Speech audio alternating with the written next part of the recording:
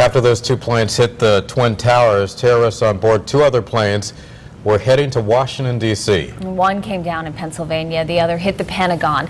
News 8's Jocelyn Momenta has a story of a Connecticut native at the Pentagon saved by a clipboard and a cigarette. Smoke mars the blue skies over Washington, D.C., September 11th, 2001.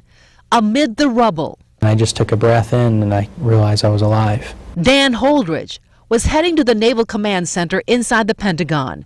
A co-worker's simple request saved his life. As we're going down to the command center, Bobby asked if he could take a smoke break. News of the terror attacks on the World Trade Center weighed heavily on their minds. I paused a few moments later and said, "Geez, Bobby, what's next, the Pentagon?"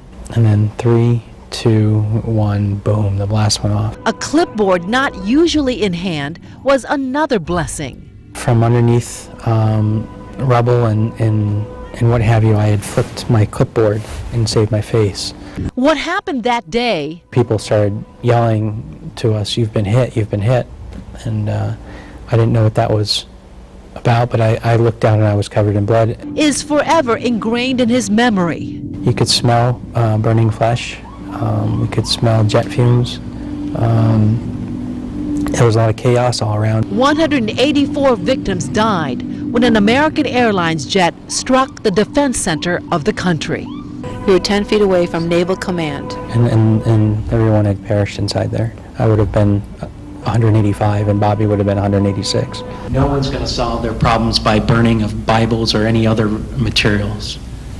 People are going to solve problems when they put down hand grenades and pick up handshakes. Since then, this Stonington native has crisscrossed the U.S., sharing his story, and like many survivors, living life with a clear mission. From the moment I could breathe and move my left arm under the rubble, I knew that I wasn't going to be entitled to anything ever in life, ever again. Everything was going to be appreciated. A message underscored in his book, Pentagon Prayer. If we can change the way we approach every day and every moment of our life, from one of entitlement to that of an appreciation, we can make this world a better place. Dan will be at the memorial service for the 10th anniversary of 9/11. But you thought about not going? Oh, totally. Oh, yeah. I mean, the nightmares, the everything came right back when I thought that I'm going to be back in there again.